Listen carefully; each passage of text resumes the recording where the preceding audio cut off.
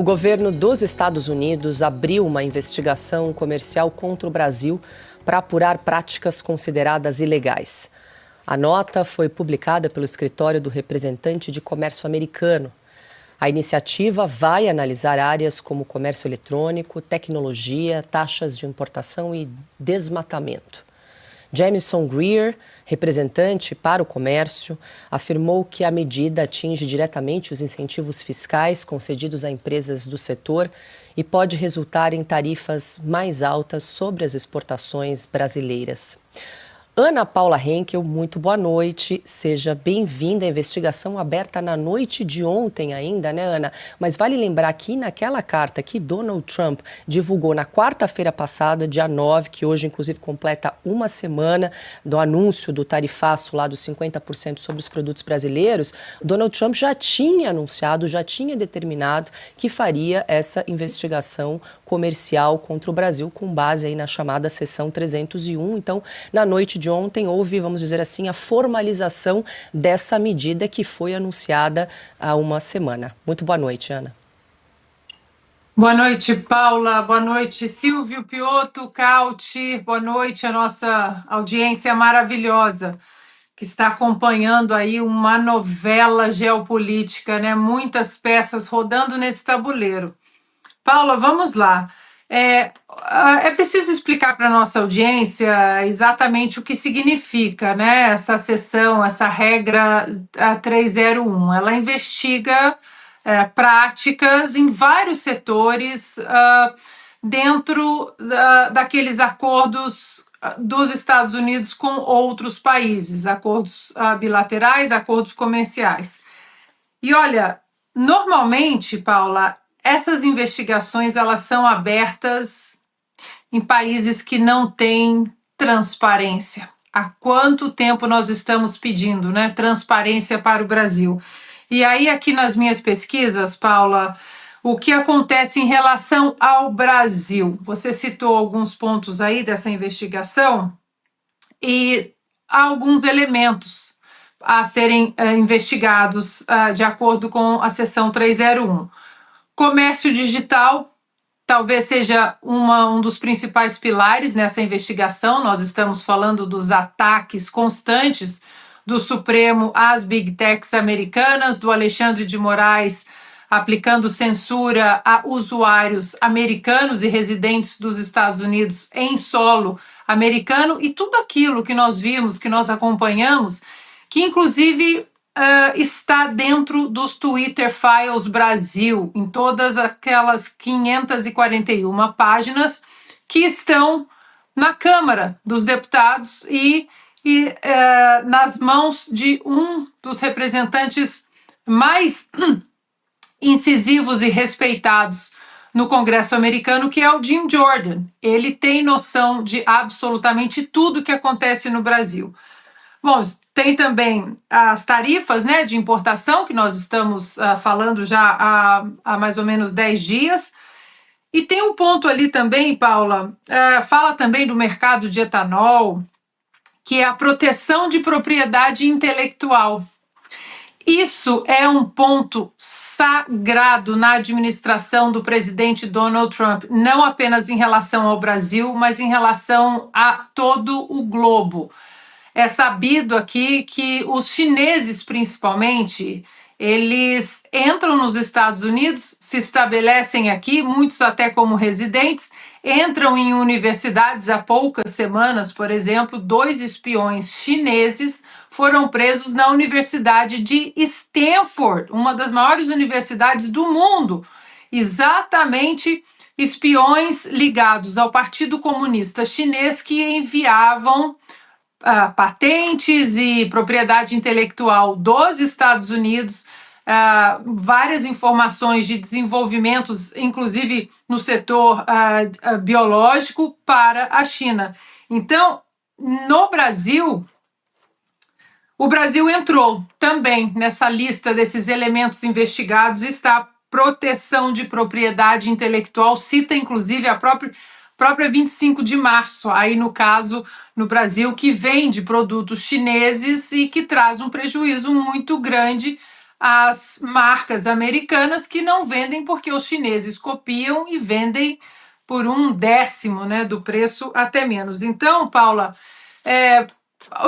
o meu primeiro comentário eu vou deixar por aqui, mas há um outro ponto que depois eu falo, que eu trago, que é a investigação usando a seção 301 na corrupção.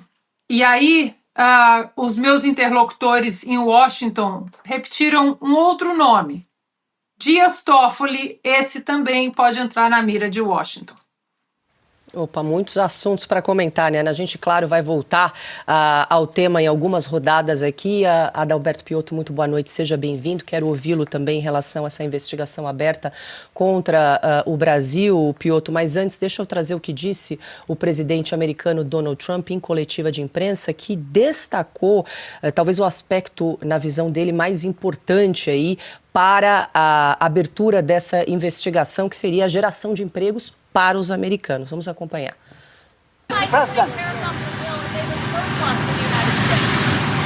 We are doing it because I'm able to do it. Nobody else would be able to do it. We have tariffs going on because we want tariffs and we want the money coming into the United States.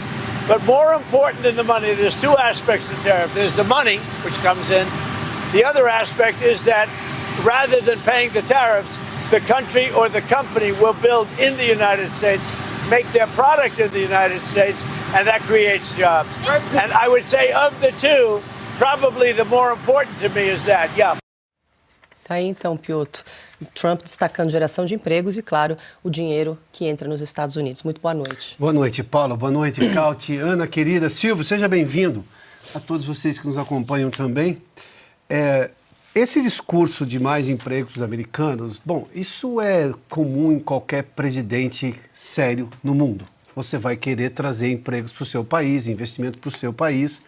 E ele viu desde aquele Liberation Day, né, em que ele praticamente desenhou para o mundo inteiro o que ele via como injustiça em relação a tarifas que os americanos cobram dos produtos que vão para lá, e de o que, obviamente, é cobrado dos produtos americanos quando eles estão exportando para vários países. E ele colocou uma série de exemplos.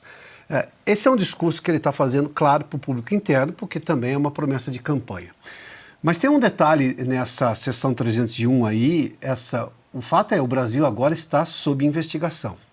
E estar sob investigação não é exatamente um problema, porque você pode entrar e explicar que as condições estão boas, que a investigação vai dar em nada. O problema é que nós sabemos que tem muita coisa aqui que pode ser descoberta. Não descoberta, todo mundo sabe o que está acontecendo. A Ana citou há pouco, eu vou só relacionar alguns itens rapidamente aqui, Paula. Por exemplo, quando a gente fala de comércio digital e serviço de pagamento eletrônico, que é um item que está no comunicado de ontem do USTR, né, o Departamento de Comércio dos Estados Unidos, equivalente ao ministério nosso aqui, tem até o PIX envolvido, mas todos nós sabemos, embora a narrativa vá dizer, não, o PIX não vai acontecer nada com o PIX, porque é uma invenção brasileira, bem sucedida, competente e que não afeta absolutamente nada. É que você vai fazer uma investigação, você coloca tudo. O que os americanos estão preocupados é justamente quando você tem censura às plataformas digitais e isso afeta todo um processo. Se eu impeço, por exemplo, o Rumble de trabalhar no Brasil porque ele não aceita cumprir ordens ilegais, essa plataforma poderia estar vendendo espaço comercial como outras fazem, como o YouTube faz. Isso é um ataque à liberdade de atuação de empresas e de segurança jurídica de empresas americanas no Brasil. Mas isso afeta o empresário brasileiro também em segurança jurídica e, claro, a censura promovida pelo Supremo Tribunal Federal. Aqui, ele está defendendo o interesse dos americanos, que uma vez defendido o interesse dos americanos, privilegia os brasileiros também nesse aspecto, porque é um combate à censura e esse ativismo judiciário. O outro ponto que ele menciona, as tarifas injustas e preferenciais aqui, há um simplismo na análise econômica, diz assim, mas o Brasil é deficitário em relação aos Estados Unidos. Vamos separar duas coisas. Balança comercial é uma soma do que você vende e do que você compra, simples assim. Mas para a balança ser positiva ou negativa depende de demanda e oferta e do que você vende e a que valor você vende, qual é o seu produto. Se você exporta iPhone para o mundo inteiro, o valor agregado de um iPhone é gigantesco. Se você exporta minério de ferro, embora seja muito, obviamente tem valores correlatos. Então, não é este o problema. O problema está nessa série de barreiras comerciais que o Brasil impõe. Algumas não tarifárias, ou seja, a tarifa pode ser até baixa, só que eu exijo uma série de necessidades de apresentar o produto aqui, ou seja, de passar, por exemplo, por Anvisa, por Inmetro, essas coisas todas que criam um embaraço. Esse produto demora a entrar no Brasil e quando entra muito caro. Você afeta, de forma muito clara, a competição. E quem está querendo vender reclama. Mas vamos lá. Aí tem a questão também que a Ana já citou aqui, eu só vou entrar na questão da pirataria. Quem vai conseguir convencer o governo americano de que não tem pirataria no Brasil? Ela grita nas ruas. Esse é um ponto. Mas a pirataria afeta até o importador legal no Brasil. Esse sujeito que importa o produto original e ele tem que competir com um produto importado, um produto pirateado, seja lá de onde for. Como é que você vai convencer os Estados Unidos que não tem isso tudo? Aí você vai, por exemplo, à propriedade e proteção, a proteção de propriedade intelectual, que vai muito além da pirataria, tem uma série de outras coisas. Quando você entra na questão do etanol, os americanos também sobretaxam bastante o açúcar brasileiro. Esse é o tipo de coisa que dá para negociar numa mesa meramente técnica. A questão ambiental, sim, o Brasil tem alguns problemas, mas essa é uma alegação dos europeus também. Há um certo limite para essas acusações também. O problema é que, por exemplo, quando se fala de corrupção, e a Ana já mencionou aqui também, quem é que vai convencer o governo americano, porque você não convence sequer os brasileiros que a Lava Jato está valendo? Que o Dias Toffoli não anulou todos os processos ligados à Lava Jato, que não mandou devolver, por exemplo, o recurso. Quem é que vai convencer se isso é, digamos, feito à luz do dia? O Brasil vai ser investigado e, neste momento, se formos nos ater apenas a esses aspectos, vai ser muito difícil provar a inocência. E aí a coisa fica num outro patamar. Ou seja, começar a pensar do lado político e jurídico e ceder nessa hora, porque o Brasil já afrontou a própria Constituição e os americanos não querem impor legislação americana aqui, só querem a aplicação da lei brasileira, coisa que não está sendo feita aqui no Brasil por intervenção do Supremo Tribunal Federal, vai sair mais barato do que entrar ponto a ponto dessa investigação, porque é uma investigação pesada, técnica. E números são comparáveis. É o lado bom e o lado ruim. Comparou, vai chegar a alguma conclusão.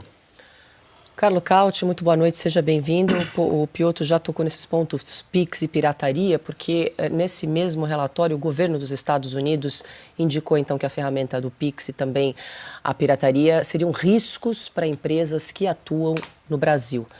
O levantamento anual sobre barreiras comerciais cita preocupações com a segurança do sistema de pagamentos e com a falta de controle do Brasil sobre o comércio ilegal. Para autoridades americanas, essas falhas expõem investidores a prejuízos e afetam diretamente o ambiente de negócios brasileiro. O documento também critica a ausência de punições efetivas contra crimes de propriedade intelectual e alerta para a omissão do governo brasileiro em combater redes criminosas que operam livremente na internet. Mais cedo, o governo divulgou um comunicado informando que o PIX é do Brasil e dos brasileiros. Numa publicação nas redes sociais, a comunicação do governo Lula foi irônica, dizendo o seguinte, abre aspas, parece que nosso PIX vem causando um ciúme danado lá fora. Tem até carta reclamando da existência do nosso sistema seguro, sigiloso e sem taxas. Fecho aspas, está aí, Cauti, a gente exibe na tela essa campanha do governo sobre o PIX. Eu acho que é importante a gente trazer aqui, né, para a nossa audiência, o que significa na prática essa investigação comercial. A gente precisa separar o que é ruído do que é essencial, o que efetivamente pode ser investigado, quais são os riscos. O PIX está em risco, falaram da 25 de março com pirataria. Acho que é importante a gente esclarecer aí para a nossa audiência, efetivamente, no que os Estados Unidos estão de olho.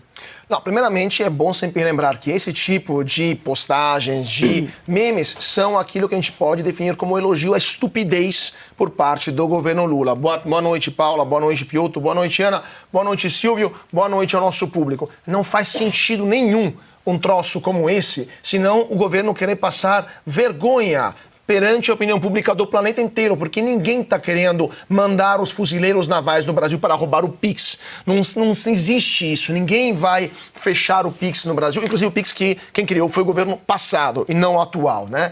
Mas, tirando isso, existe um problema que os americanos estão apontando sobre uma suposta, uma presunta concorrência desleal por parte nesse caso do Banco Central, né, contra algumas instituições financeiras e tecnológicas americanas. Por quê? Em 2020, o Banco Central lançou o Pix, anunciou que o Pix iria entrar em função em meados do ano. Poucas semanas depois, o Facebook, né, a Meta, lançou o WhatsApp Pay, que é basicamente um sistema de pagamento instantâneo, que é a mesma coisa do Pix, só que não passa por sistemas bancários. Imediatamente, o Banco Central do Brasil bloqueou o WhatsApp Pay e disse, não pode funcionar por riscos ao sistema bancário brasileiro. O CAD imediatamente disse que era um risco à concorrência. Moral da história, a Meta foi impedida de usar o WhatsApp Pay por meses. Foi lançado nesse meio termo o Pix, mas o que aconteceu? Os brasileiros começaram a usar o Pix, foi um sucesso estrondoso, e somente 1 ano e meio depois, a Meta foi autorizada a finalmente poder introduzir esse WhatsApp Pay que hoje usamos. Só que os brasileiros já estavam acostumados ao Pix e, portanto, essa inovação da Meta não pegou no Brasil, diferente daquilo que aconteceu na Índia, onde foi um grande sucesso. Moral da história, ninguém esqueceu disso nos Estados Unidos. Então, a pergunta é, Banco Central do Brasil, você atuou na época realmente em defesa dos interesses, da lei brasileira? Havia de fato um problema do sistema bancário brasileiro eventualmente ter a dificuldade de segurança, etc. Ou não? Ou era apenas uma tentativa de não ter uma concorrência com o Pix? Essa é a pergunta que os americanos estão fazendo, vão investigar, e caso seja comprovado que houve um comportamento ilegal por parte das autoridades brasileiras, vão atuar aplicando um imposto adicional. Porque todas essas investigações, a questão sobre o Pix, sobre a pirataria, sobre tudo aquilo que os americanos colocaram na mesa, nada mais é do que uma pergunta que eles fazem. O Brasil está se comportando perante as leis do comércio internacional, a OMC, entre outras, e as próprias leis brasileiras, da forma correta ou não? Porque se você for em qualquer cidade da Europa, dos Estados Unidos, da Austrália, da Nova Zelândia, e você ver na rua algum vendedor de bolsas falsas, ou de roupas falsas, ou de objetos falsificados, de relógios falsos, e passar a polícia por lá, inclusive quem do nosso público já viajou para as capitais europeias viu, tem um monte de gente de vez em quando que aparece na rua vendendo no chão essas bolsas falsas. Quando vem um policial de longe se aproximando, já pega tudo e sai correndo, porque sabem que se aparecer um policial por lá, serão presas. No Brasil temos a 25 de março, né? 25 de março, que é a rua onde está liberada a pirataria, liberada a venda de produtos falsos. Então, assim, como pode o Brasil tolerar que na maior cidade da América Latina tenha uma rua, um bairro inteiro, basicamente, onde a pirataria domina? Há galerias inteiras em São Paulo onde temos produtos falsificados que são vendidos, criando um dano econômico, como o Piotr estava falando, para empresas brasileiras e americanas também, o que não é tolerável, até porque é contra as regras da Organização Mundial do Comércio, que o Lula tanto invoca quando estamos falando dessa briga com os Estados Unidos. Então, o que vai acontecer, só para terminar, Paula? Os americanos vão abrir essa investigação, vão analisar eventualmente as evidências. Se o Brasil não souber se defender, não apresentar defesa, até porque o Brasil não consegue nem comunicar com alguém na Casa Branca ou no Departamento do Comércio, provavelmente o Brasil será considerado culpado, responsável por essas violações, e serão aplicados impostos alfandegários adicionais. Ou seja, já temos 50% já pronto para entrar em vigor dia 1º de agosto. Se essas investigações chegarem a uma conclusão negativa para o Brasil, teremos impostos adicionais. Portanto, prepare o cinto de segurança, porque teremos tempestade chegando por aí. Acho que eu não desatei o cinto ainda, está amarrado já desde a semana passada. Cáutio, antes de incluir o Silvio aqui na conversa, deixa eu voltar com a Ana, só para a gente não perder o fio. Falamos aqui Pix, pirataria, Ana, você tinha comentado sobre combate à corrupção, né? E inclusive fez menção ao ministro Dias Toffoli. Você quer adiantar um pouco esse assunto antes da gente seguir? Então, Paula, em relação ao ministro Dias Toffoli, como eu venho reportando já há algum tempo aqui, é um outro nome que eu escuto bastante nas minhas conversas aqui com assessores de congressistas e pessoas ligadas a Washington. Alexandre de Moraes nem se fala, é o nome mais falado, mas como também já mencionei aqui, Paulo Gonet, eu já ouvi também, Fábio Shor, o delegado da Polícia Federal, já ouvi bastante, Mas Dias Toffoli eu já ouvi algumas vezes e agora, depois desse comunicado de usar a seção 301 para investigar o Brasil, esse nome voltou a ser falado em Washington. Primeiro, por causa de todas as ações que ele tem demonstrado revertendo ações legítimas da Lava Jato, devolvendo dinheiro da corrupção para os bandidos do colarinho branco. E aí, Paula, é preciso fazer um paralelo sobre o que de fato o que Toffoli faz no Brasil e o que de fato a justiça americana entende como corrupção no caso da Lava Jato.